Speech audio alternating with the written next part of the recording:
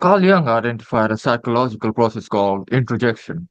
Well, it's when you absorb someone else's value, voice, and worldview so completely, you stop being able to tell theirs from yours. I think it's the single biggest reason creators plateau. I'm gonna prove it to you in the next 5 minutes. I'm not talking about inspiration. I'm talking about something more insidious. So here, most creators don't plateau because they're lazy or untalented. They plateau because at some point they made an unconscious but they made an unconscious decision. They decided to be someone rather than learn from someone. And the decision is now invisible to them, which means they're trying to fix a visibility problem with tactics. And the real problem is underneath everything. So, three signs your mentor has replaced you. Sign number one, you create content and then check if check if it sounds like them before you post. Sign number two, your video ideas come from their content calendar, not your observation. Sign number three, when you imagine your ideal viewer, you're imagining their audience, not the people who specifically connect with you. That's kind of interesting because that's kind of interesting, man.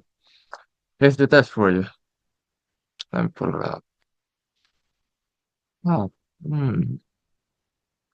Take your last five pieces of content. Remove your name, remove your face. Could it be posted by the creator you learned from? And nobody would notice the difference? If yes, you've got a borrowed identity problem. Because, not because you're bad, but because you followed the process correctly. You absorbed the master. Now you have to do the harder thing. Become yourself.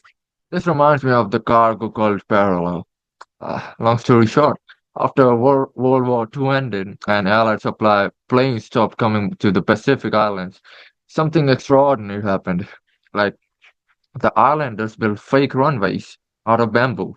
They made wooden headphones. They conducted fake air traffic control ceremonies, hoping the planes would return. Anthropologists call them cargo cults because they'd seen the form of how goods arrive but never understood the function. They copied the ritual without the substance. And this is exactly what happens when you run someone else's framework. You've got the wooden headphones on, you're going through the ritual, but the planes aren't coming. And you can't figure out why, because from the outside, you're doing everything right. The framework worked for your mentor because it was built on top of who they are, their voice, their specific worldview, their lived experience. So when you run their framework, you're running the form without the substance. The runway is there, but there is no frequency signal. So this is the way out. One thing for 7 days. The way out isn't to throw everything away and start over, but it's more simpler than that.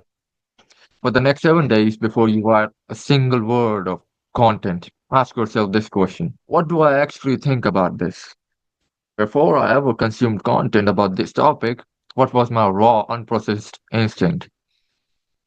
Well, that instinct, unfiltered, unpolished, may be uncomfortable. That's where your actual voice lives.